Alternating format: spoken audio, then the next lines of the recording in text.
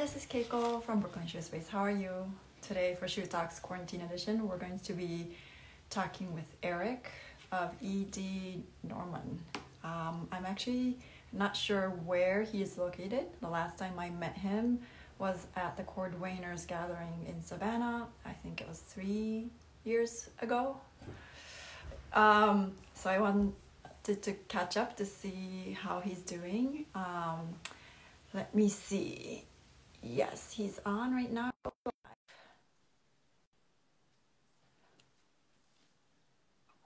Okay. Thanks for tuning in. Hi, Chase. Hi, Eric. Hey. Hey, how are you? Good. How are you? Oh, I forgot my headphones. Yep, I forgot it. It's okay. How are you? I'm good. Where are you located?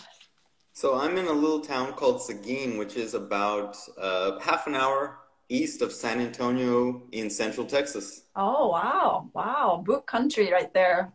Yes. So how are you in terms of like health? Like when did you go into lockdown? Did you have to change your lifestyle? Or has it not changed much?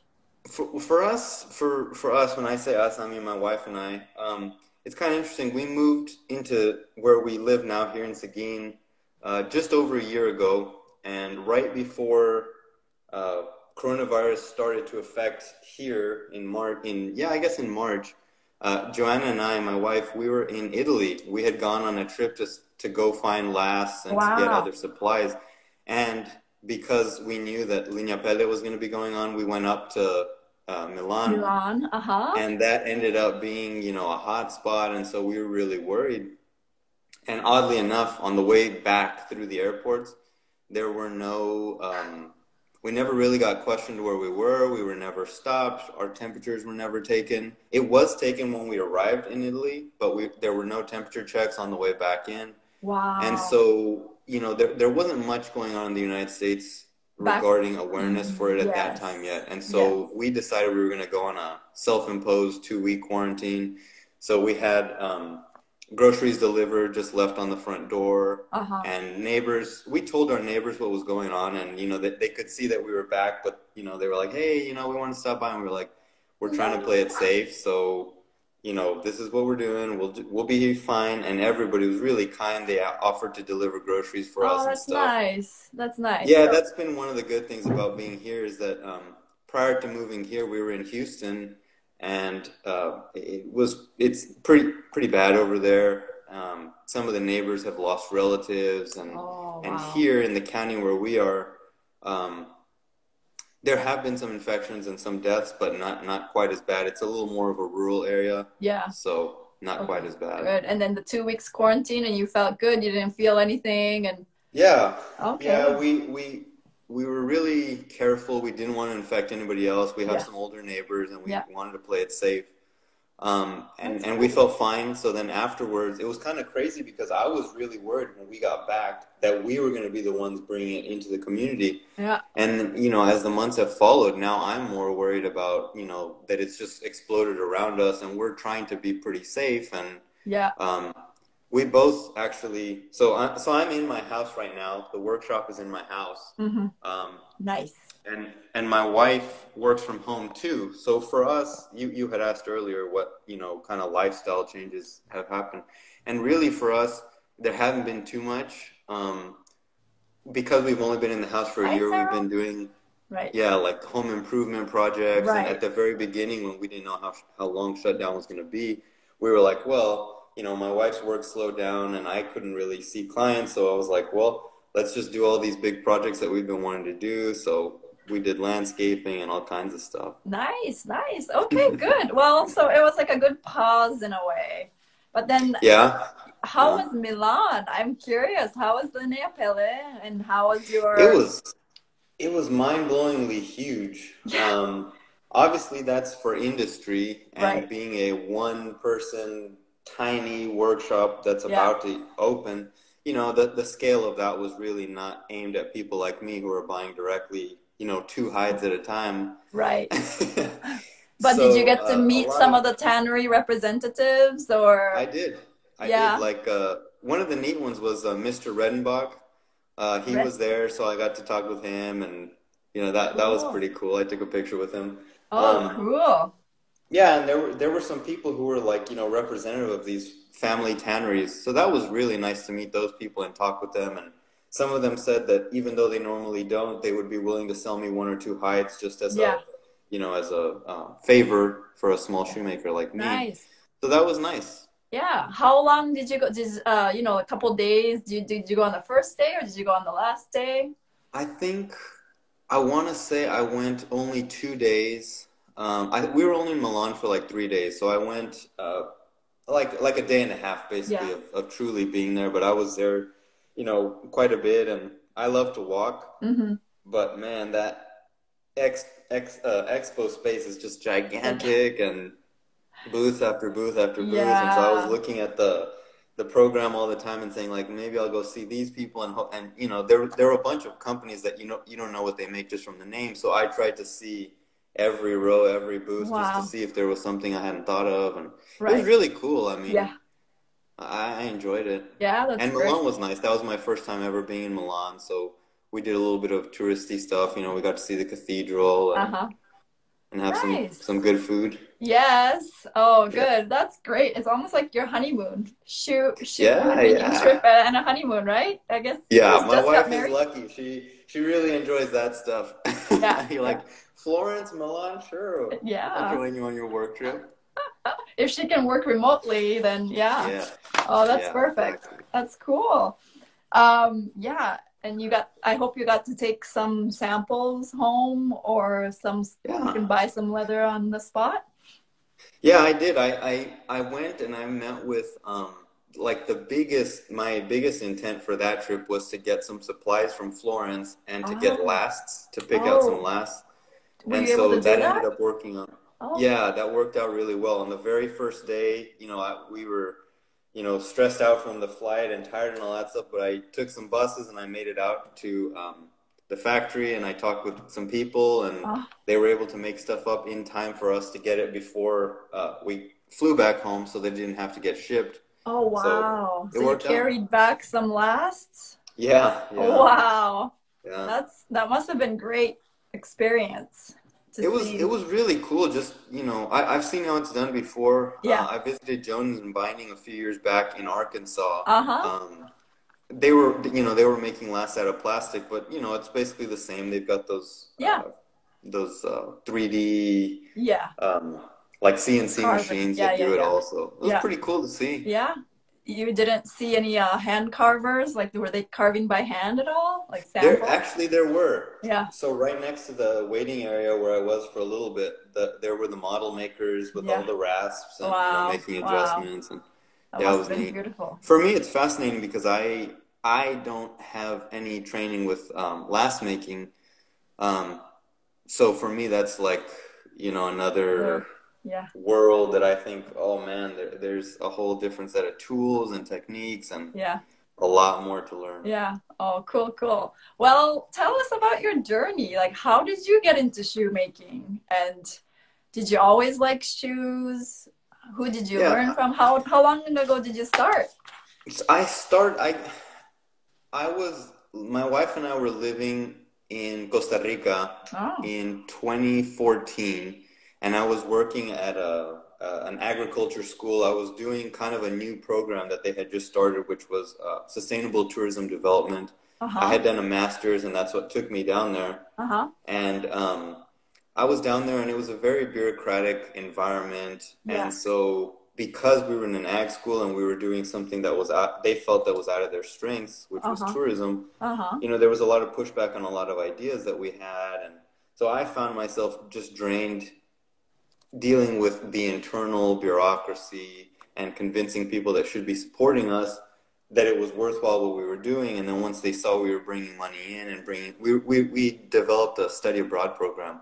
Uh-huh. And it was pretty successful and it was profitable. And once they saw that, then everybody said, oh, well, you owe us 10% overhead and you owe us for this and you owe us for that. And it was just crazy. And so I was like, you know what, I got to the point where I was getting emails and the sound of the new email coming in it would just like send this wave of stress through me. And I was like, This is not good. This is not how I want to live my life. This is Uh-huh. not a future I can see myself Yeah. being happy in. Yeah.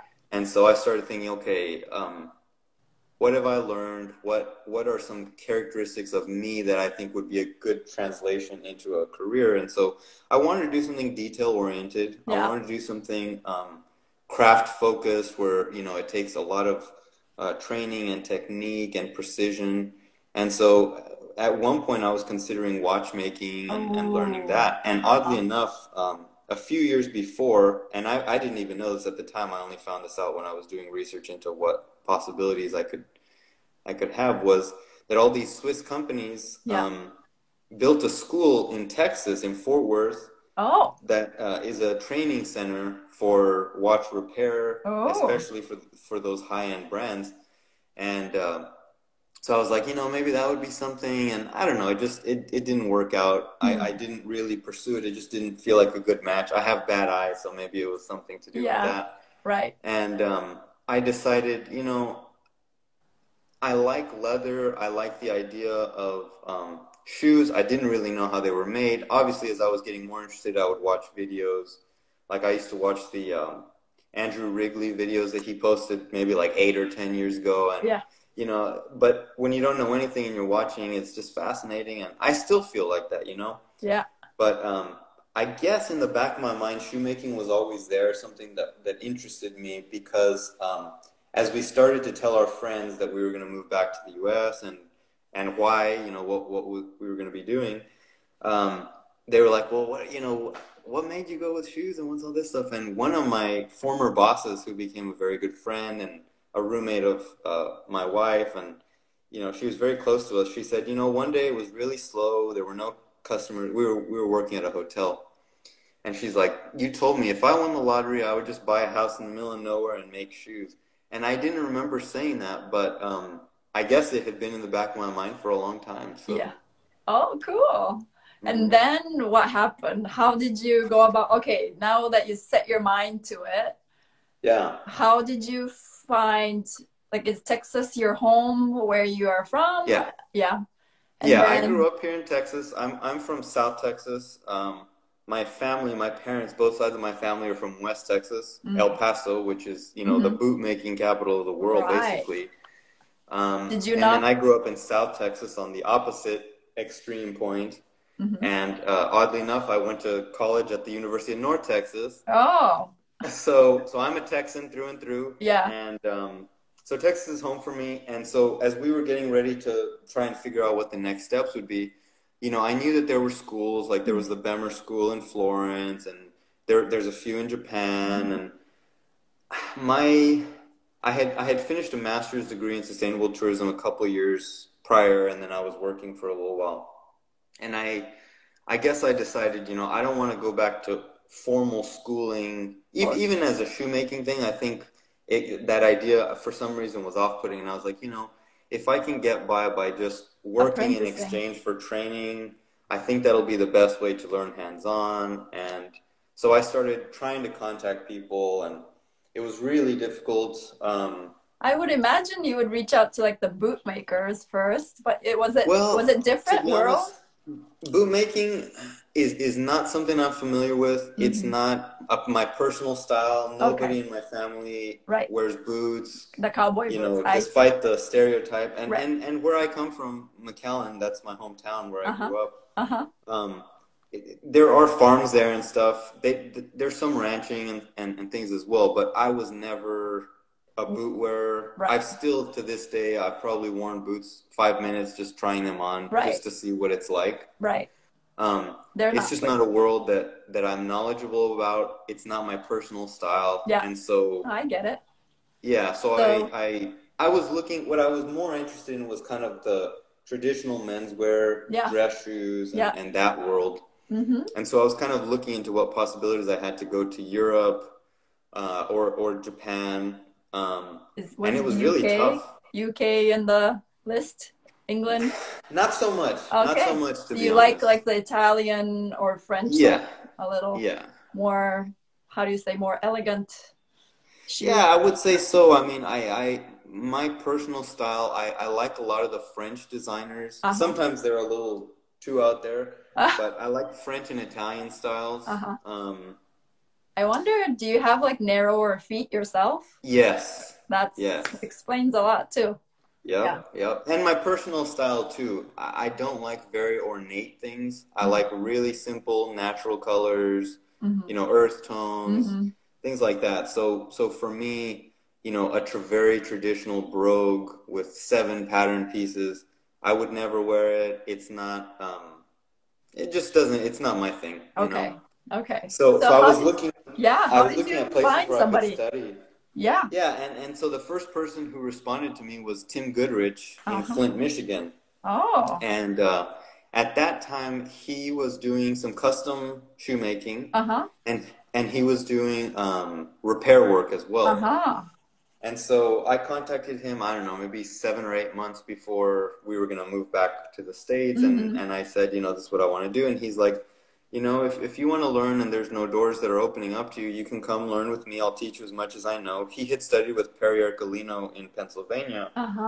And Tim was really nice. And so that was the first door that really opened to me. And so it was crazy. We packed up our things in December in Costa Rica with, you know, in the jungle, literally, like we'd be cooking dinner and there are toucans landing on the clotheslines in our backyard. Wow. And, you know, 15 days later, we're driving through the Midwest in snow, driving up to Michigan in January. Wow. So it was crazy. It was a total change of scenery, totally new culture, basically. What year was that? Sorry. That was 2015. 2015. Oh, wow. Yeah. Wow. Yeah. And then how long were you there for with Tim? I think it was maybe 14 or 15 months that I was out there. Wow. Because as I got there, he started transitioning.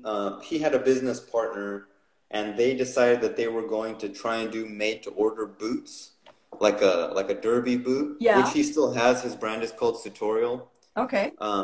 And so it kind of worked out because they've got to focus on that stuff, and they pushed the custom work to me. And so if I had questions, and he had the machinery, and so, you know, I could go with basically no tools and no training and basically learn some basics there. And then after a while, it just so happened that we had never been to Canada before.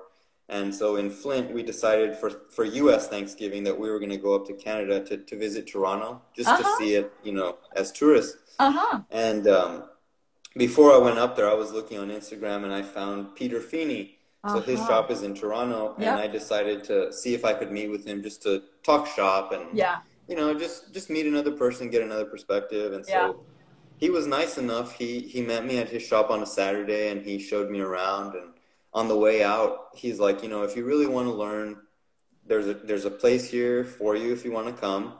And for me, it was really intriguing because he had studied in Florence, and his clientele were more formal shoes than what I was making with Tim.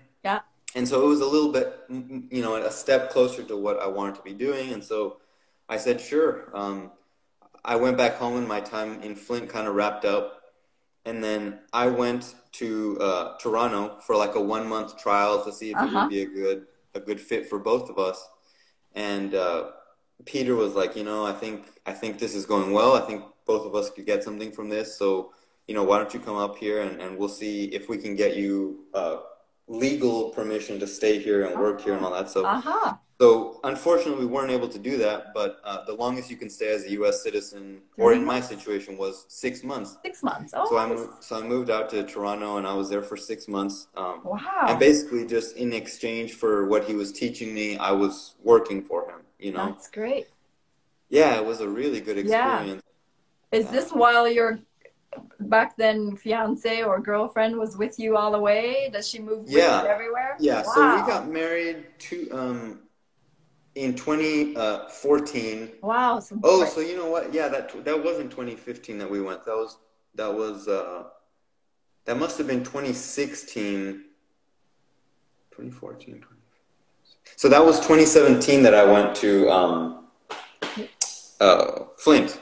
Oh, Michigan, 2017. Okay. I think so. I gotta look it up. You know, stuff gets but you know, it's mixed up in your head. Because time flies, right? Because 2020 Yes. is like a flop. So, but I Yes. saw you in Savannah at the shoemakers Yeah, the convention symposium. Hmm. symposium. That was 2018. That's crazy. So it must have been actually, yeah, it must have been 2015 that I was in Flint then, because Okay. the time wouldn't add up otherwise. Because 2015, yeah, you were there for a year and a half, and then you went to Toronto for like 6 months. So, Yes, yes, it was in 2015 that I started, so it has been 5 years basically. wow, Yeah, wow. yeah. Yeah. And then after Toronto, like, so in Toronto, you were there for 6 months. You call him a mentor. I mean, you call everybody that's affected you, I guess, a mentor, but Yeah, yeah. definitely, Is that where definitely, you and really got into the techniques, the Italian techniques? Yeah, was it just different from the previous shop? yeah, definitely. Because Tim had studied with Perry, but he wasn't able to be there for like years and years, right? So he picked up as much as he could, but Peter had studied for a while and then had had his shop already for a while. Mm. So he had a lot of experience. And then also being away from Europe and being in North America and having to find suppliers and You're all that right, stuff was a right. big help too. And in Peter's shop, I worked really closely with one of his friends who he had met at the shoemaking school that they went to in Florence.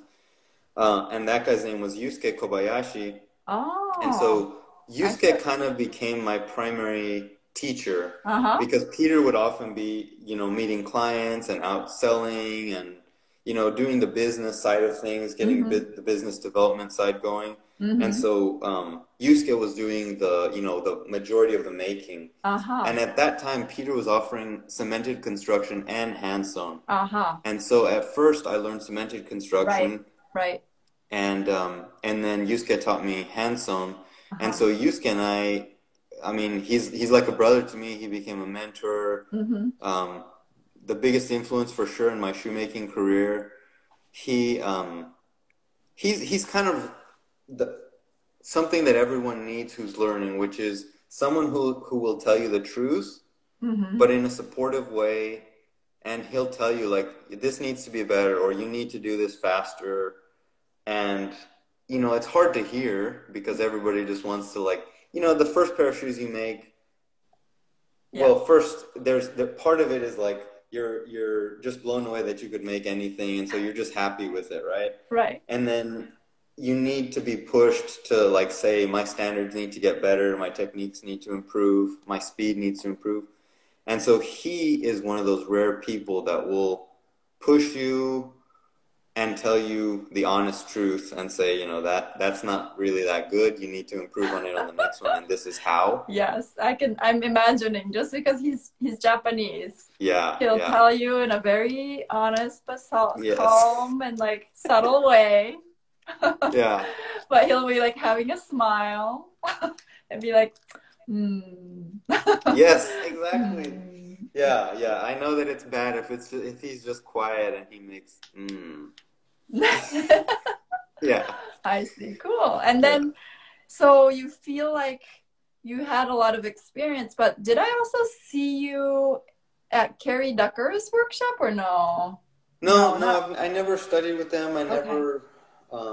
I've never even met them actually. Okay. So after Toronto ended, Uh-huh. Yusuke and I both ended up having to return to our home Countries. countries at about the same time. And just by coincidence, the there was a large student body of Japanese exchange students at my university when I was there, and I had a lot of Japanese friends. And so Yusuke went back to Japan. Joanna and I were at this period where we're like, okay, what's the next step? We need to keep improving, keep the momentum going. So we said, well, why don't we visit Yusuke in Japan and Uh-huh. go visit our Japanese friends from North Texas over there? And Uh-huh. so we went over to Japan, and we were there for like a month, Wow. and I met a few shoemakers, and uh, I was talking to Seiji, and he was like, look, man, if you have a connection here with a guy who's already worked, because Yusuke got a job, I failed to mention that. Yusuke got a job working with Atsushi Kinai, whose brand is called Il Quadrifoglio. Uh-huh. and that's in Kobe. Uh-huh. And so I think we set aside 2 weeks of the trip To visit him. to predominantly we were in Tokyo, but we set aside some time to go to Kobe so I could spend some, time in the workshop. And afterwards I came back and I was talking to Seiji McCarthy, and he's like, if you have a contact here, why don't you just see if those guys will teach you? And so I also got lucky because Atsushi, Yusuke's boss, happened to be in Tokyo for a trunk show. Uh-huh. And I met up with him and I was like, look, if you're willing to have me, because I had already spent a week with him in the shop, so he basically knew who I was, and I had helped him make test shoes and stuff like that. Yeah. And he said, yeah, I'll teach you if you can come. And they even said that they would sponsor my application to get, a tourist visa or a student visa or some kind of visa to be there for a year or longer if you could. And unfortunately, the government wanted to classify me as a student of a traditional craft. Uh-huh. The way it works there. My understanding is that the administration of the immigration department will meet with a sponsor and say, if you want to bring some over, we'll tell you which category to file the application as. And so they told us it was traditional craft. So we, Atsushi and Yusuke provided all the documents they needed to. I provided a portfolio and some immigration documents. And then the visa was denied because they said that shoemaking wasn't a traditional Japanese craft. Oh, yeah, so that it was a sucks. bummer. And it took months to put that whole thing together and to go through all the steps that were required. Oh. So I was treading water for a while, just waiting to go, and we were waiting on an answer, and then they said no, and I was like, well, that's kind of, deflating. Right. So we said, well, I'll just go as a tourist, and I could go up to 6 months in total in a 1-year period, but I could only go 3 months at a time. 3 months at a time, yep. So that's what I did. I did that 3 months? Twice, basically. So I spent another 6 months. Wow. And that was crazy. That was man, playing basketball with the neighborhood kids and then joining an NBA team, and they're just the skill level was just totally different. I was it was great because it put me in my place, and I realized I really have to focus on doing these things well. And yeah, I mean the being around people who have honed their eye for design and proportion and precision was just and their incredible. Work ethics too, I guess. Oh my gosh, yeah. I think I averaged 11 hours a day in the workshop, and at one point I think I documented it. I kept a journal while I was there, and I think it was 45 days without a day off, 11-hour days, 45 hours. I mean, you love what you do, but you do need a break. And honestly, that brings up a good point, because I've met other shoemakers that I really admire, and a lot of them are fanatical about it, and it is their whole life. And it was good for me to see that, because there's some prodigies who have the talent to do something without putting in that kind of work. Right. But I'm not that person. I'm like anyone else. I'm going to stumble and make mistakes and try to improve on every pair. But when I realized that there are people like Daniel Wiegand, who's like that, they're just so dedicated, and they eat, drink, and sleep shoes. And that was a big eye-opener for me, because one of the reasons that I wanted to do this was the frustration of the stress of the job that I had before I decided to become a shoemaker. And I was like, honestly, I don't want to be 12 hours a day and not have time to, have a nice dinner with my wife and, have a life and meet the neighbors and, so that is interesting, because in some workshops that I've visited, not necessarily places that I've worked, but, there's a much more relaxed environment, and it's you clock in and you clock out, and you go on with your life, and maybe that's European influence and big work-life separation. And then in Japan, it was the opposite. It was your life is your work, and it was good to be around. It was I basically, in 6 months, I packed 8.5 months worth of experience because of the long hours. But it made me realize that I don't want to just, always be on the grindstone. Right.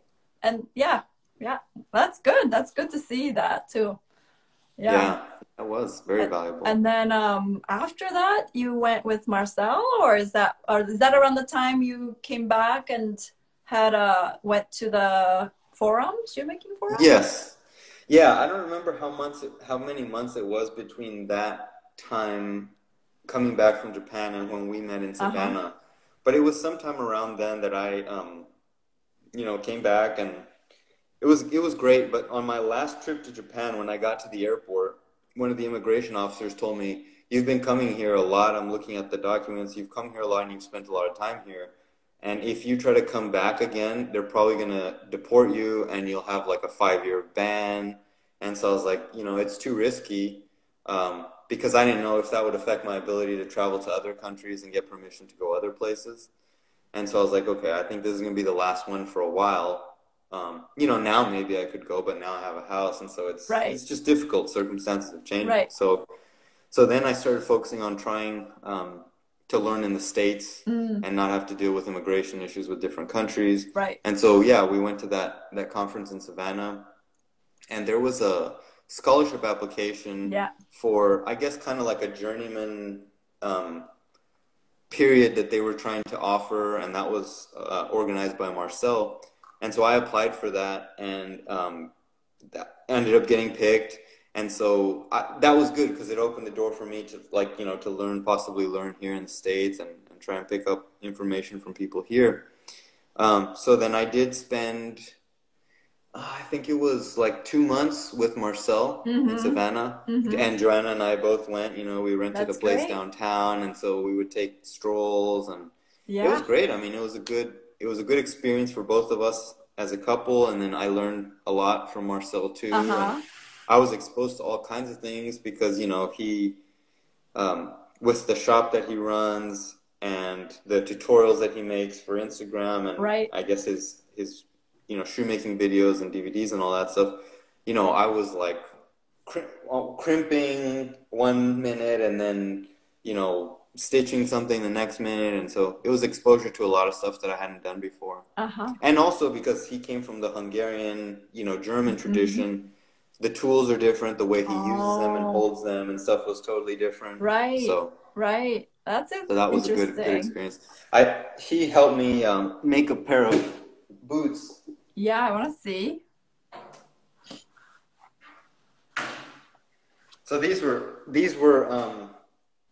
was an upper he had started a while back, and he just never finished. So they were on the last for a long time, and so I Uh-huh. did all the bottom making work, Uh-huh. and I used techniques that I had never done before. Like I think he often calls it the German style, where you'll cut a slit inside from the edge Yeah. to hide the stitching. Yeah.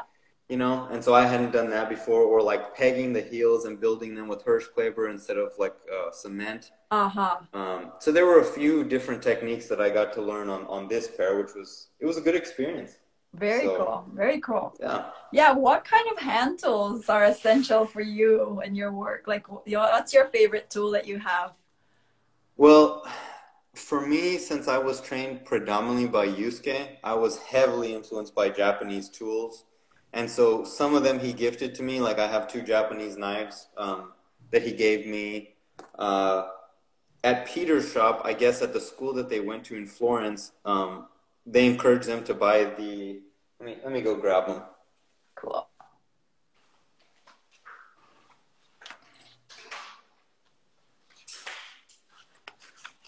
So fantastic. I mean, the short 5 years, since 2015, he has learned from so many different people. Fascinating. So the pincers to me are some Yeah. of my favorites. Yeah. These are the Minke ones. Yeah. They're, I guess, like a modern reproduction of Yeah. Swedish style. Yeah. So The there's wide a fine and the narrow. Yeah. yeah. Nice. And I find these to just be, the shape is so refined. They're very smooth. They're built extremely well. Very good machining. Mm. And one of the things that Yusuke has been a big influence on me for was like sanding off any rough edges on all of your tools. Oh. And taking like lots of precaution to make sure that none of your tools will end Yeah. up scarring your work, So all these corners have been polished a little bit. Nice. Those were a gift from Peter. That was kind of like after that 1 month trial that I had done when he invited me to go back, and I went for 6 months. He gave those to me, and so for me it was like they hold a lot of sentimental meaning for that reason. Yeah. Plus, as a shoemaker, they're so iconic. No other trade, as far as I know, uses the lasting pincers. Yeah. So they're very much a shoemaking tool. And then here's the Japanese knives that I use. Yeah. So again, a broad one and a fine. Nice. And like I trim soles with these. I cut the edge for stitching. I do a lot of functions with these, and Yusuke taught me how to hold it and how to use it and how to sharpen it. Nice. So, multifunction. Yeah. So when you came back from everything and then you settled in a house, how did you set up your workshop? Do you think you can show us your workshop? Yes. Yeah, that's what I was going to say. That's a good time to do that. Let me see if I can flip the camera around. Yeah, you can just click on the screen. Yeah. If you. So. Yeah. Cool. Is it easier? Working? It might be easier if you.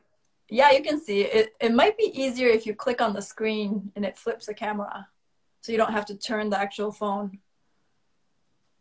Does it make sense? It's okay. I think it's working. Okay. Yeah, if it's working, this works for me. I think I did get it to flip the camera. So, perfect. So this space that we're in is kind of neat. It's so my house is there. That's like a door to the kitchen.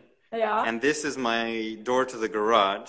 Okay. And it's funny because right now I don't have any trim installed because we've not that recently, but recently we've been getting this space ready to have my workshop in.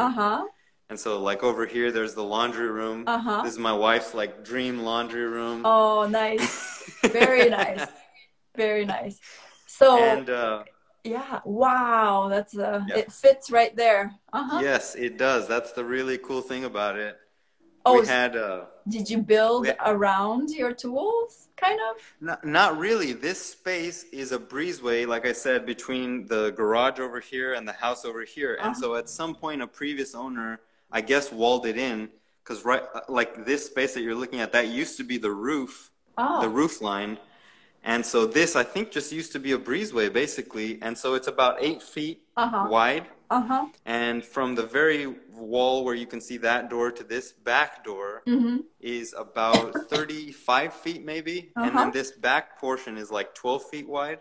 Wow. And so the finisher just tucks like perfectly in that back area. That's great. And so little by little, when we first moved in, the floors had like a really choppy cement coating so that people don't slip. Because the previous owner was an older gentleman, and I think he used it as like a jewelry workshop. Wow. And so he didn't want to fall down, I think, and so he put a very rough surface. And for me, I like to clean, and so we had that ground off, and we put an epoxy. So we did this finish that like I can sweep and keep it clean. Yeah. Wow. Nice. So I've got these are the last that I brought back from Italy. Nice. I've got some shoemaking books and some petrified wood and a pattern that Marcel made. And some magazines. And then that was a project that I started that I was working on, a little 2-eyelet derby. And then the boots that I made with Marcel, the other one that was over there.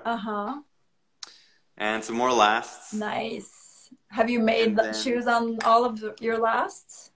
No, that's what I'm in the process of doing. So I've got them wrapped right here. I've started making patterns for my samples. I think I'm going to do probably 4 samples. Then I've got, the skiver set up, my sewing machine. Adler? I got a nice Adler. Nice.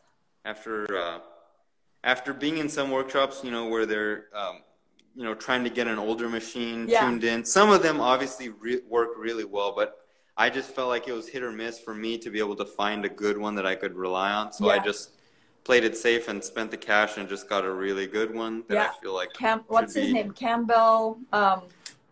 He was at the Shoemakers Forum. Yeah, Campbell Randall. And very good guy. That's where I got both of the machines from. That's great. Isn't he very generous. local for you? He's in Texas, no? Yeah, that was the craziest thing. Like when we were living in Houston, he ended up being like 20 minutes down the road from where we were living at that time. So, perfect. Yeah. That's great. And then recently I picked up this table and I put some wheels. casters on it so that I can roll it around. Because I think what I'm probably going to do in the near future is put the skiver and the sewing machine where that cabinet is.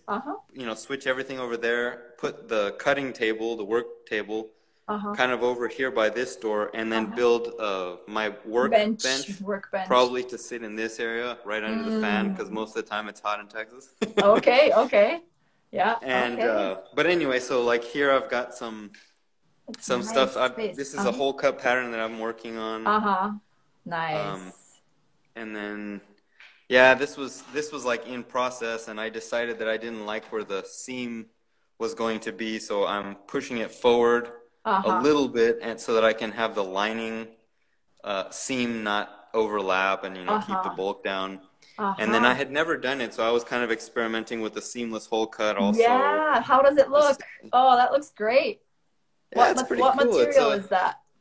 It's this really cheap leather that I got when I was living in Costa Rica that I just basically use for, like pattern trials and stuff like that. I don't know why I put it reversed like that on this one, but... Oh, it's reversed. I was like, is it suede? Yeah.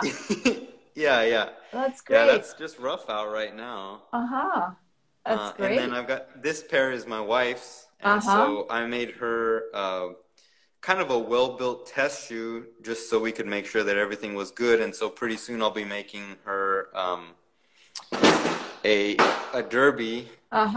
This is a very roughly stitched one, but this is what it'll be like, with a little bit more curve than normal. Than probably a traditional derby would have. Yeah, to make it a little more feminine. Yeah, exactly. Does she have many shoes of yours?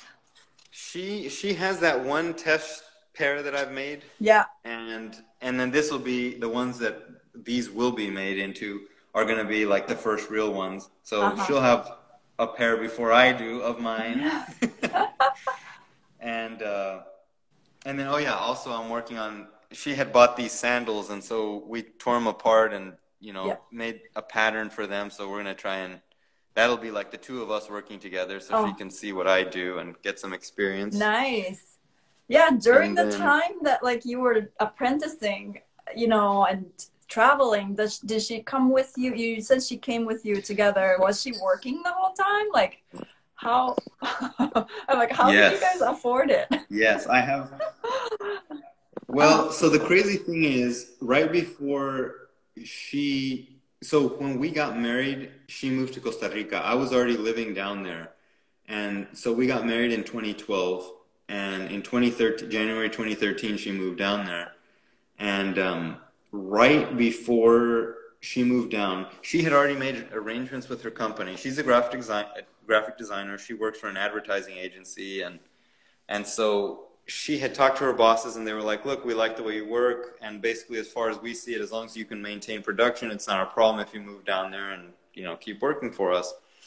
And so she was having her going away party, and their biggest client came in and told them that they were going to another agency, and they had to fire a bunch of people on that day, and she was one of the people that got let go. Oh no. And so personally, I think it was a good thing, because she had like 2 months, 3 months when she first moved down to Costa Rica, where she could not have any worries, no work. She could just wake up whenever she wanted to and just like acclimate herself to that. Yeah. And then little by little, she started to get back in contact, and they started sending her work. And so since then, she's been a freelance designer. And so when we go to Japan and Italy and all these places, she takes her computer, and I've got pictures of her on airplanes, on trains, in every form of transportation. Wow. Making brochures and business cards and all kinds of stuff. Wow. Is she also helping you do that as well? Like your logos? Yeah, that's the great thing. I mean, her expertise is in branding, and so I haven't released any of the what it looks like, but I have, you know, my It's in business the cards, works. and I just got a maker stamp That's great. and all that stuff. Yeah, So. no, kudos to it's always you know, you in the background there's not that it's not always, I shouldn't say that, but it's nice that you had a support system. Yes. Yeah. I mean, without question, there's no way I could be doing this if she wasn't supporting me. Right. But now it's great. Yeah, no, that's good. Yeah. And then do you like, so now you settled back at home with all the tools you sourced a lot of things. Are you working on any your personal projects as well and other clients work as well? Or are you kind of working on multiple things at once? So I've been taking it really slow opening. Mm-hmm. And I think a lot of people that know me probably think I'm taking it too slow. And granted, I probably am. Some of it has been, you know, things out of my control, like getting supplies from Europe. But I'm and cautious. You're good? Yeah, I'm good. I'm back. Sorry. I forgot to put the do not disturb on, so someone called. Yeah.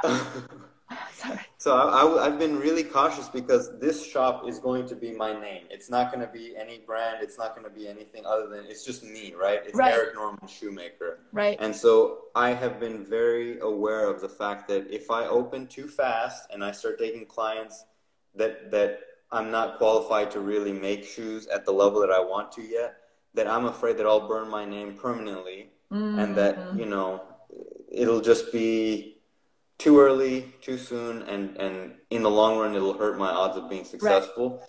So I've been taking it pretty slow, having the house, like buying the house and coming into it, because it was kind of a little bit of a fixer-upper. Not really, but a little bit of a fixer-upper. So we had a lot of stuff to be doing here.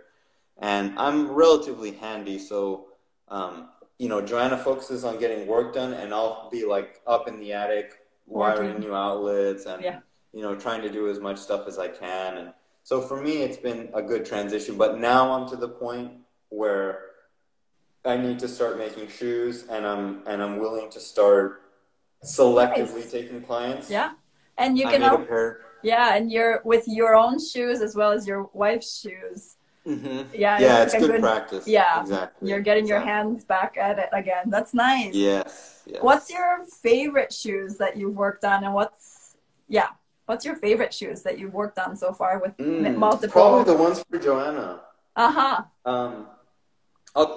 Let me see. I can. I don't think they're in here. It's okay. It's a simple derby. It's a simple black derby. I don't think I've put any pictures of them on Instagram. And I like. By the way, I like how you put that. I haven't been active for a long time. Yes, I'm posting and reposting photos of yours. I'm like, 2017. Yes. Well, so remind me to go back to that. But my favorite pair is probably the pair that I started making for Joanna. Nice. And then we'll see. I always laugh because she has expensive taste, so I'll go let her see our samples of leather, and my guess is that she's probably going to pick Russian reindeer that she wants her shoes made out of, or something, you know, like something very pricey, but because, you know, it's just sentimental. I just, you know, I'm very aware that I couldn't be doing what I'm doing without her, and we spend a lot of time together, you know. I know that's not the way all couples work, but the two of us are like, we're together all the time. Our neighbors always laugh at us because on one occasion, like, they'll see her at the grocery store by herself, and they say, "I didn't know that you and Eric did anything apart." And it's like, yeah, we're very That's great. Close. I mean, yeah. So the sandal, you know, doing the sandals together is also interesting. It'll be fun for her to see what you do. Yeah, we're thinking about doing that and just seeing how it goes. And once we have the pattern, you know, maybe scaling them, grading them so that we can make some. And it probably wouldn't be under my brand, but it would be just something like fun. Every now and then pop up at a farmer's market and maybe sell some to pay for some of the machines. All right. Yeah. And what's the favorite process? What's your favorite process of shoemaking? What's the favorite spot? Like? Probably finishing. Finishing, okay. Yeah, I like finishing because... From the soles as well as the upper? Yeah, well, maybe not upper making. Maybe stitching for me is like my least favorite because it is not something that comes natural to me. It's very difficult. It's tough. I've been working a lot on trying to get smoother lines around curves and stuff like that. But for me, yeah, stitching is very difficult. But yeah, when I say finishing, I mean, you know, heel and edge finishing. Yeah. Personally, I like natural soles. Yeah. So that's definitely part of finishing, but I'm not talking about like, you know, dyeing them, staining them and stuff like that. I like to have, my house style will be like a natural sole. Yeah. But yes, heel work, waist, edges, that kind of stuff, because if you do it improperly, you can waste hours. Yeah. If you do it properly, you're still going to be investing a lot of time. But, you know, it's one of the few things, because, you know, like making counters and cutting welt and doing all that stuff, a customer doesn't really have any appreciation for what that is or what it takes. And obviously they're never going to see it, right? But with finishing, even finishing, to be honest, I think a lot of times customers really don't get down and really look at what it is. But for me personally, I'm spending so much time so close to it. Yeah. It's a way that I invest myself in making it the best that I can, you know, going back and sanding to 100 grit another time just because there was that little divot in it. And, and all that stuff makes a difference. I think it says a lot about my commitment to quality. Yeah. And again, it's my name. It will be my name on the door. And I'm not going to put out anything that I'm not happy with. So. What's your favorite material to work with so far? Do you have like kind of like, are you going to go with some specific leathers that you stick with, or do you? Yeah. My aesthetic that I'm going for, which is largely based on my own personal taste and style, is I said, like very stripped down patterns, as few seams as are necessary. Yeah. I don't like back seams, for example. Yeah. And using styles that really show off the shape of the last. And that accomplish that by either using like French calf. So like Orion, so Greg is just a couple hours. It's not like he's just like up the road 15 minutes. I mean, it's a few hours drive away. Oh, but he's really kind. I didn't know he's in Texas. Yeah, Greg. Yeah, he's maybe 3 hours drive from where I am now. So on occasion, if I need something, you know, I can go up there and pick out the height myself, and so that's a nice thing. But the other thing that I'm really going for with my designs and I want my signature look to be kind of unique textures.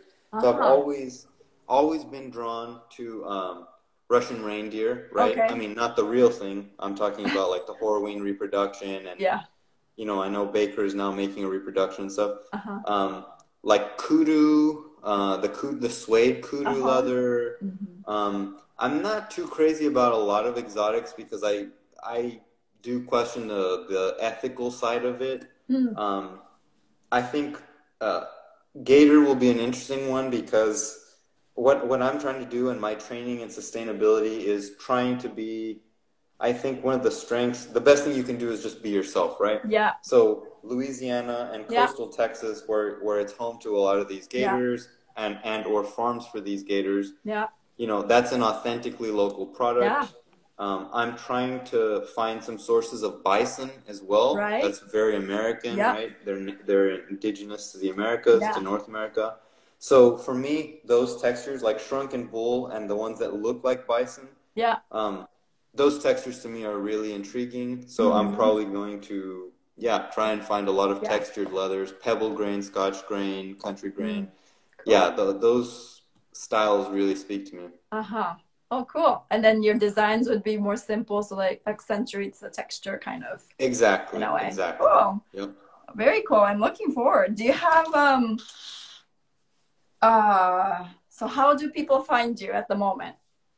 Right now, the best place is probably on Instagram. You can send me a message. I will have a website. I need to probably make some samples that way I can get some photography to build a website. So it's in process, but you know, nothing is up right now. There's no website to visit at the moment. And it would probably be just that. I have an email address, which is e.norman.shoemaker@gmail.com. So, you know, you can send me an email there too. I'm thinking that my production is probably going to be limited to just probably 2 pairs per month. Uh-huh. So, it's not like I don't want To to, I rush don't it. want to run a factory. Yeah. I don't want You don't rush any, it. Yeah. yeah. So for me, I think at the moment I'm going to start small. I'll meet, individual people, take measurements, and then hopefully just let word of mouth spread from there. Uh-huh. I had mentioned to you, in our private communications, but like I struggle with Instagram because I do enjoy seeing people in every country producing really high quality stuff, and there's a lot of suppliers that I wouldn't have known about if it weren't for Instagram. And at the Yeah. beginning when I started my account, if you go back to those early ones, a lot of it was just documenting what I was doing and explaining to my family what are Yeah. you looking at? Like, why am I doing this, and what tool am I using, and how do I do it, and what is good, what is bad. Right. But it kind of evolved after that, and I don't know. I just struggle. I don't I spend a lot of time. What were yeah. you gonna say? I feel like it's a lot of work if you really put your mind to it, but you don't really, if you don't want to share it much, I think that's totally your choice. But I think a lot of people are interested in what you do on like a Yeah, daily basis. So even like a sure. snapshot of like say a very detailed image of a stitch or like hand stitched welt. Not everything, maybe just one area. Be like, Sure. or like some, I don't know. I think some people or a lot of people are just interested. I That's true. I think if I can figure out who the audience is, it'll make it easier for me. Because when I knew that it was from my parents, I was just that dictated what I was writing. Yeah, it was a But now I personal. Yeah, feel like after spending time in Japan and people seeing those like super fancy shoes and really well done, and I do try to be clear that a lot of that stuff is not like I didn't make the pattern, I didn't stitch it, I did the bottom making, or on this pair I only polished them, I didn't make them.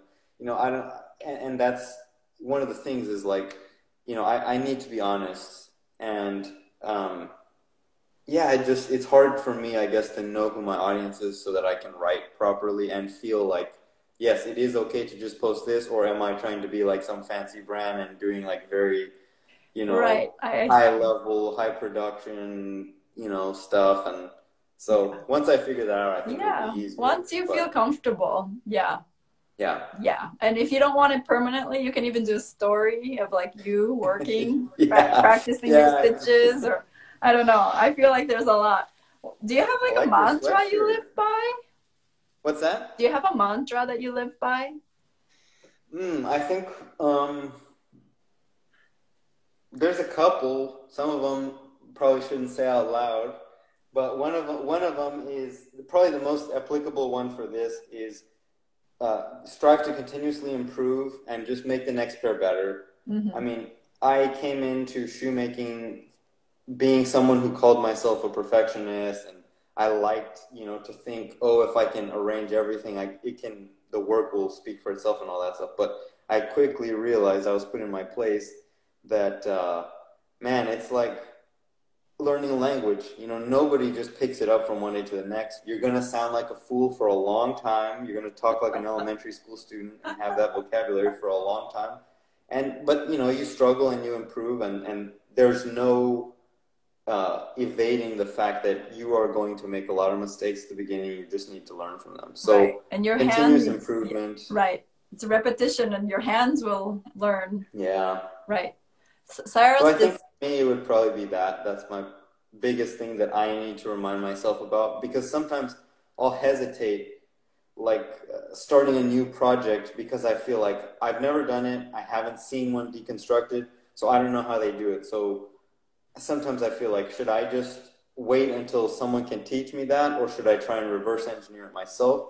And I know that there's a lot of value in reverse engineering something, but at the same time, I think, like, why am I going to reinvent something that countless people have struggled to master and know how to do it and know how to teach it if I can contact them and find out and observe their uh-huh, process and uh-huh, learn. right.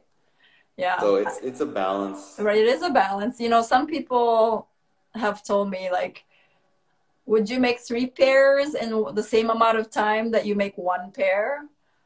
And like maybe at the end, the 3 pairs done real, you know, not quickly per se, but like practice and repetition might actually, the 3rd pair might be good. And if you do it really slowly, trying to do it as best as you can, but you only did it once, your hand only tried it once, you know. So Sarah from Sabatus Bespoke says, I keep waiting anxiously to see your process because I'm so intrigued by your approach in general. So do you feel like some of your making, so that's kind of speaks to what people would love to see, is like maybe you do some things differently because you did learn from different houses or different methods. Is there something that you feel like, you know, that's like something different that you do? That's a good question. Like something differently. I would say there's a lot of stuff that I have not ever tried before, like Norwegian. Yeah. Personally, it's not a style that I like. I probably won't offer it, but I've never even tried it. You know, in the workshop, Yusuke has done it next to me, and so I'll watch him and I have an idea of how it's done, but I've never actually tried it. And so, man, there's probably more things that I haven't done than I have done. Like I've never even made a shoe with open waist. I've only ever done closed waist.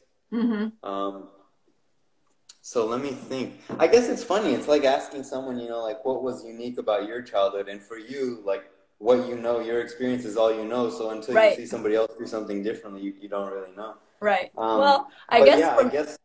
Sorry. What were you going to say?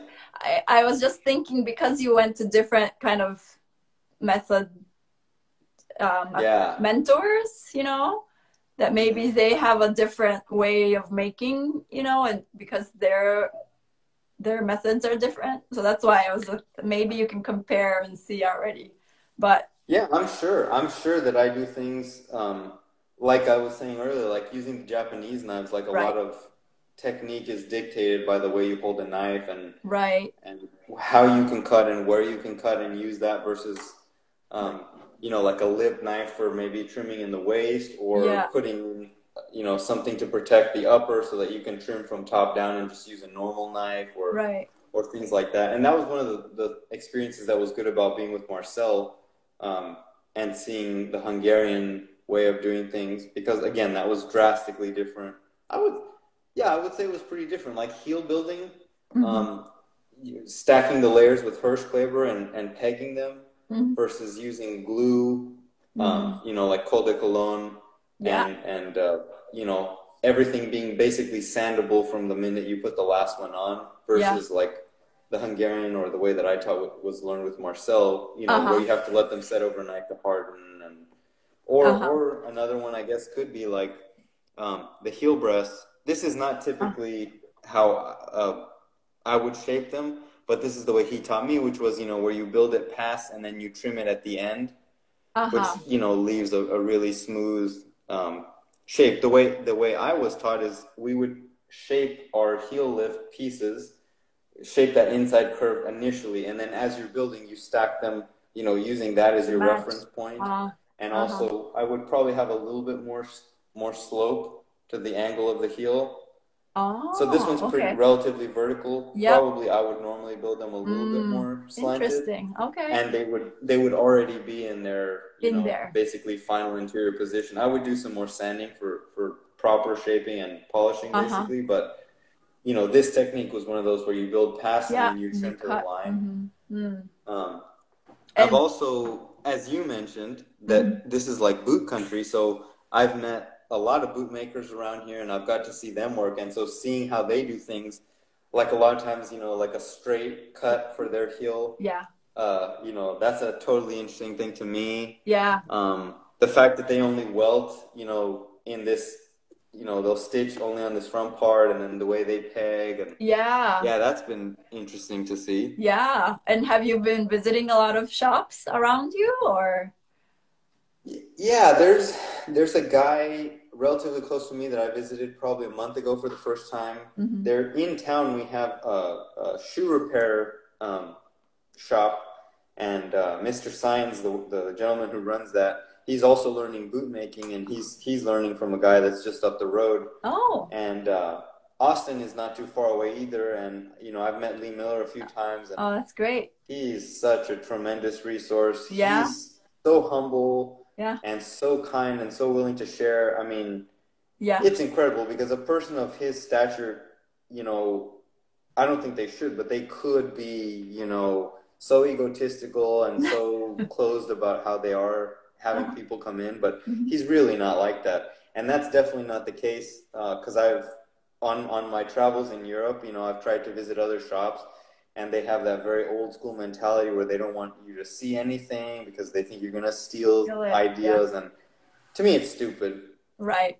Would you take on apprentices for yourself eventually or one day? Probably so, because I feel a duty to pass on the information that people shared with me. I mean, I could not have done any of this without people, you know, just saying like, this process that took me 15 years to perfect, I will teach to you just because I'm kind enough to do that, right? And without those people, you know, where would I be? I would be still making, I have somewhere the very first pair that I ever tried to make, like with no schooling, no even lasting pincers.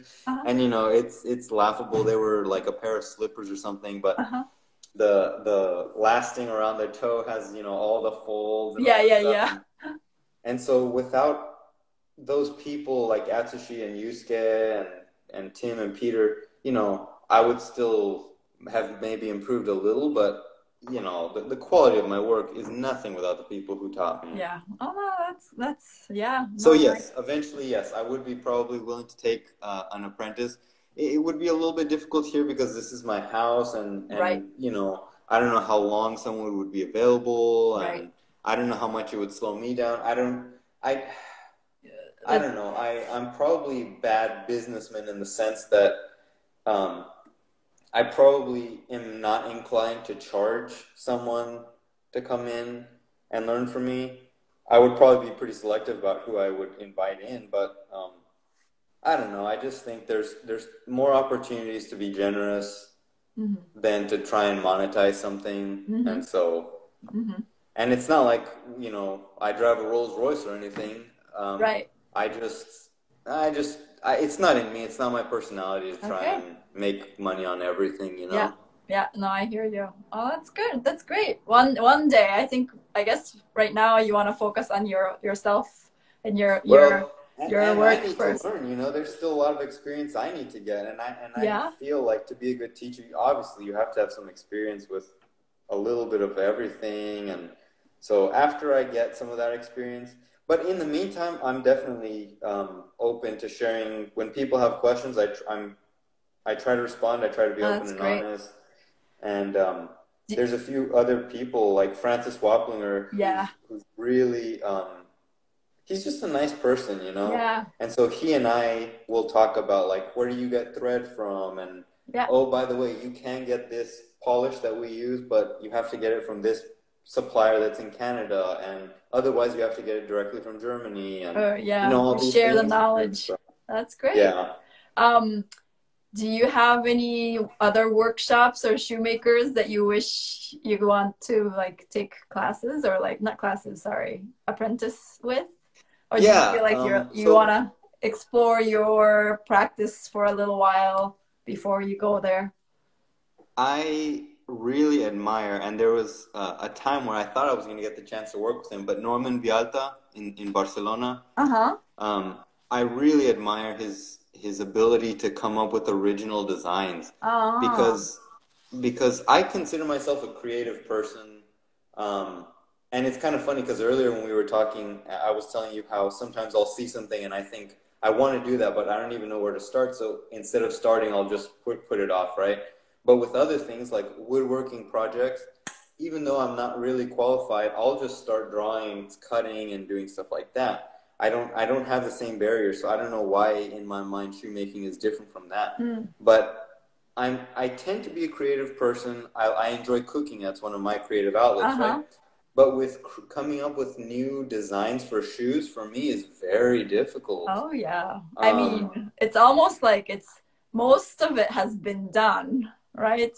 It seems like it, but then somebody like Norman comes out and he has like his Deacon Chelsea boots, and it's like they're so simple, so beautiful, and this is a good example of combining a smooth and a nubuck, right? So a suede texture and a smooth texture, but little things like that make a big difference in Yeah. design, and he's really good at combining textures, and just he's just his taste. I really admire his taste.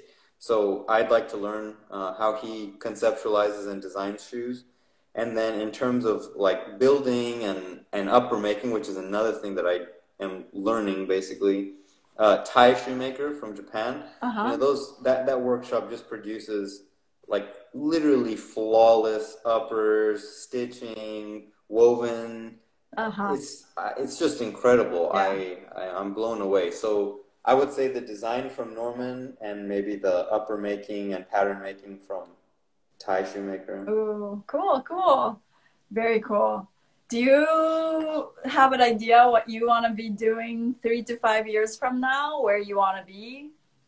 Yeah, if I can have some regular clients or have those clients introduce me to like-minded people, my ideal would basically be to make shoes for people who care about quality and Yeah. appreciate the craft. Because as I see it, they're patrons of an art who Yeah. get to walk away with functional artwork, Yeah. right? Yeah. And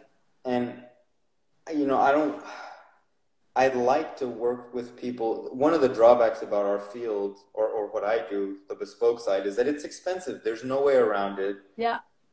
It takes a lot of time to make the thing, but then it takes a lot of time to gain the skills to be able to make that thing. Yeah. You put in And the leather so is many years. expensive, and the components are expensive and hard to find, and so by nature it becomes out of the realm, the economic realm for a lot of people. Mm-hmm. So I would love to be able to make for people who aspire to something like this. Maybe it's a way of spreading out payments so that someone can afford to do it rather than. Mm-hmm. Yeah. Yeah, sorry, I missed you for a second. But yeah. No, that was me. I got a spam call or something. But but yeah, I think. Am I good? Are you there? Yeah. Oh, okay. So for me, it would be to have a full order book of people who just appreciate the craft, who are willing to. I think for me, there's an interesting kind of dialogue between what a person who's an artist produces and what a person who is a craftsperson produces. Yeah. Because I've heard it explained that a craftsperson will take any job because they have the skills to do it, right? And so if you say to a carpenter, I want you to make this mid-century modern headboard, they'll do it. And if you tell them you want a, shaker chair, they can do that too. Right. They're kind of design agnostic. They just have their tools and they'll make anything. And as I see it, an artist is someone who says, these are the things that I want to make. This is my vision that I want to put out into the world. Mm-hmm. And like I said, I don't really want to make traditional English shoes. That's not my taste. It's not my wheelhouse. It's not designs that I admire. So I would be working ideally with clients who are saying, I'm coming to you because you make like American, this kind of new American style. You do very traditional techniques. Maybe some people would say that my finisher and skiver, should banish me from being a bespoke shoemaker. I mean, those are compromises that I've made. There's a lot of compromises that I wouldn't be willing to make, but I feel like those are viable tools that still require a lot of skill to use. Yeah. Do you feel like, would you be in the spectrum more artist and a craftsman, like both? I think I would personally, if I can, if the clients will support me, I would prefer to be on the artist side. Okay. And have a very signature style, where you can look at a shoe that I've made and say, I know what workshop that came out of, not just because of the background or the rug that I shoot everything against, which is hilarious because that's on Instagram, it's always like that. But, just to have a signature kind of style, and that would be my thing. And I'll look forward to that. And of course, I would push myself and want to grow. Yeah. But I don't want to be just taking any and every order that I have to, or can. I'd like to have a little bit of control over that. So cool. I'm looking forward to seeing the creations for me too. sure. Yeah, no, definitely. I know maybe you don't want to share it, but you know, I would like to like I'll check in with you to see like what are you working on lately and maybe get a photo or something. But Yeah, yeah. it's not so much about not wanting to share stuff. I don't know. I don't know what it is. Yeah, I don't do it enough, I guess. It's okay. Once I get in the rhythm, I think there will be stuff to post, and I will, Yeah. and I'm getting No there because rush. I No started working rush. on patterns again, so No rush. Yeah. yeah. Um, I'm really excited for that. What do I have in questions? I'm like, did I ask you everything? Like inspirations. I guess like, do you get inspired design wise? You were talking about, you know, wanting to maybe learn from Norman. But where do you get your design inspirations?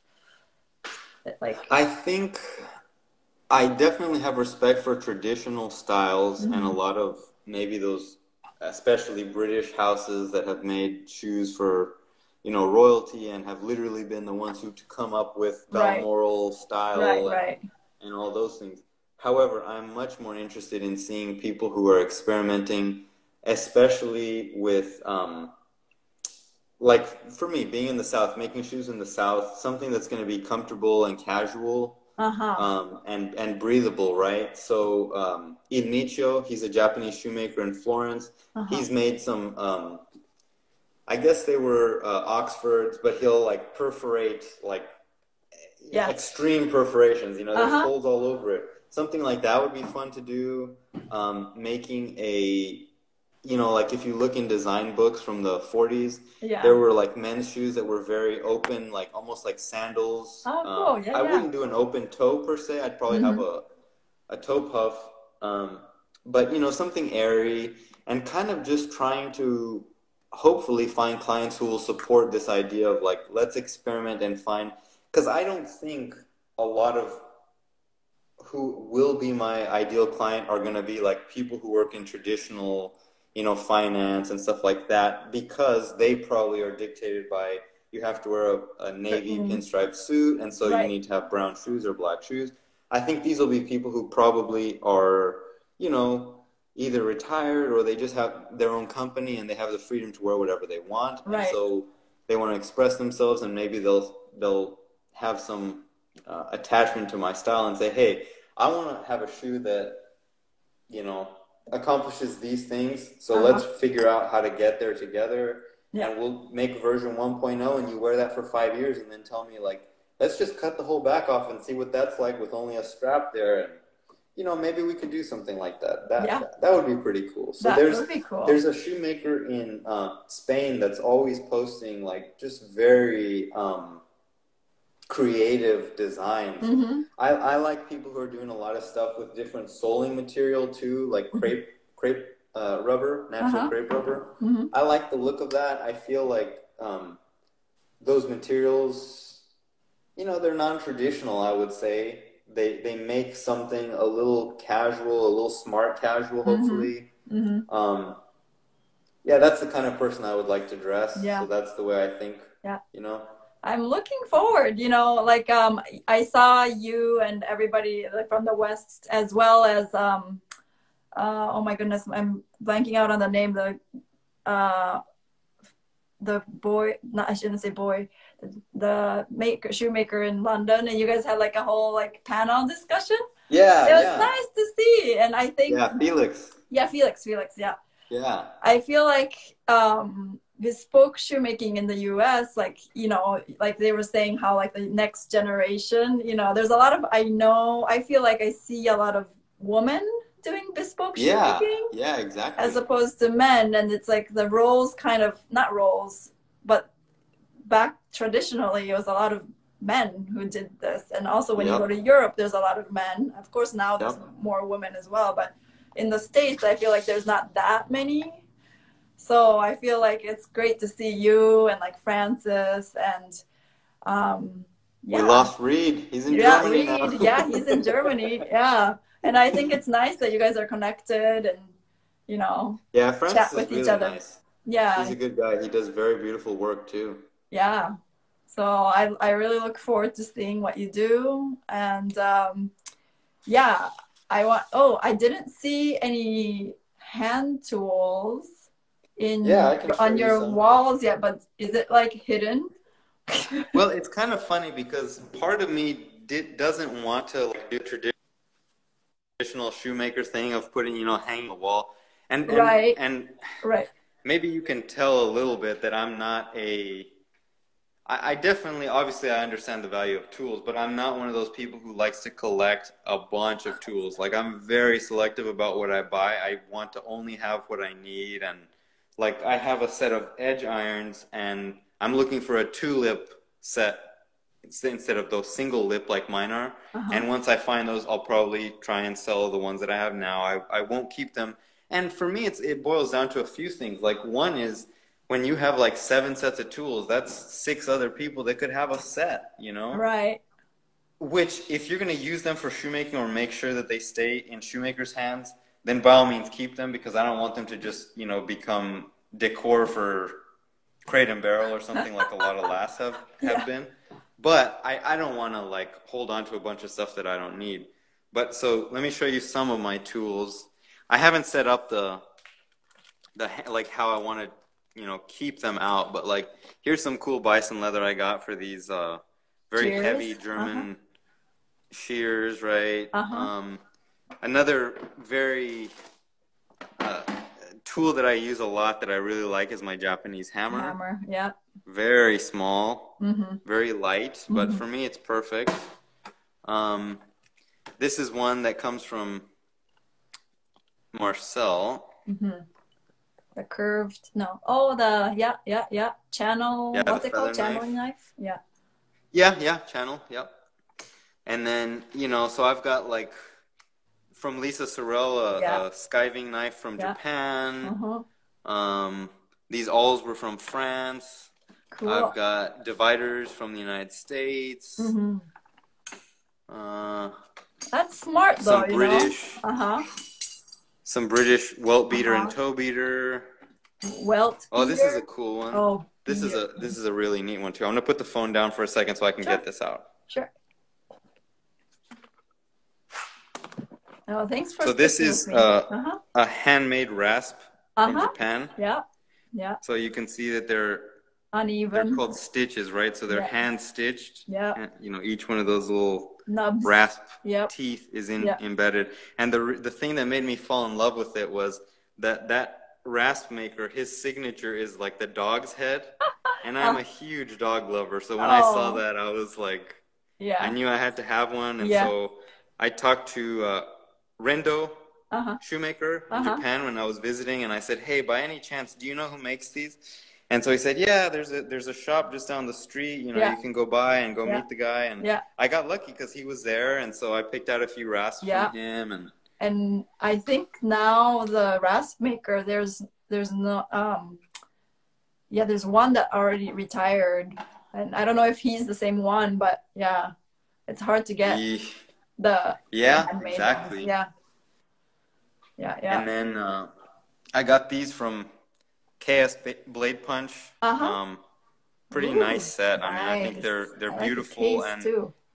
I mean, it's walnut. It's really beautiful. And what I like about them is not just the fact that they're simple and pretty, but they've done a lot of things to engineer them very well. Like the tips are very fine and very straight as you get towards the edge. And a lot of punches are much more conical, so the hole itself might be 2 millimeters, but if you punch it deeper, too deep, it gets you wider. might end up with a 4 millimeter hole. And so those are really good because they're very sharp and they're very precisely made. Nice. NASA gift shop says it's also interesting to think that the hand in the making of that rasp will have a specific individual effect not obtained by one made by machine. Yeah, true. Yeah, they say that there's benefits of having a hand-stitched rasp, which would be that on a machine-stitched rasp, all the teeth are in a line, essentially. And so if you go over the same place with the same motion, you're going to cut a groove, basically. And with a hand one, that imperfection of spacing makes sure that it kind of universally removes material. So Yep, yep. Wow. Well, I keep on like talking about shoes all day with you, but it's gone over way longer than usual. Oh yeah. And so thank you for sticking around with me. Um, No, of course. we'll just keep an eye out for what you're gonna make, and Yeah. don't be too shy about showing it. But you know, it's okay. Just take your time, and yeah, no rush. I'll get No better. pressure. I'll get better about posting.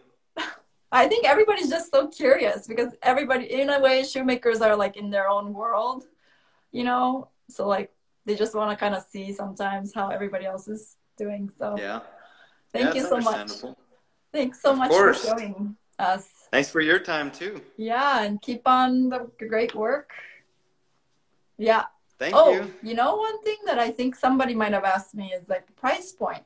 I know you said maybe expensive, but where do you want to start from?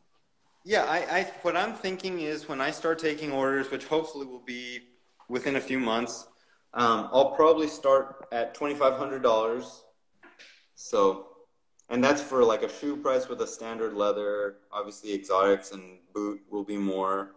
But yeah, I think my starting price will be about $2,500, which I feel like compares pretty well to what you can get with the European makers that will be coming in. And obviously, because my production is limited, it's in my best interest to be able to charge as much as I can for each pair. So as I improve, and if I start to see a wait list forming, you know, prices will start to go up. And I don't ever want to be like, you know, so exclusive and just like, all, you know, people. I don't want to make shoes for someone who's just gonna say to their friends, "These were $6,000." Right. I want shoes for someone who appreciates what they are and understands the investment. Wears it too. So yeah, got it. Yeah, I'm looking forward. Yeah, me too. And you're doing men's and women's. Yeah, I'll be able to do women's. I don't have stock glass for women, so I'd probably have to order those. In a different process, it might take a little bit longer. In my experience in all the shops that I've been, probably 97% of the orders have been for men. And so I suspect that's how the trend will go. But even in town here, in my little town of 25,000 people, there have been a couple women who have said that they would want shoes. So yeah, I'm open to it. All right. Looking forward. Yeah. All right. Have a good one. All right. Have a good one. Thanks for being on the line with me. You're welcome. Bye. Talk to you later. Talk later. Bye.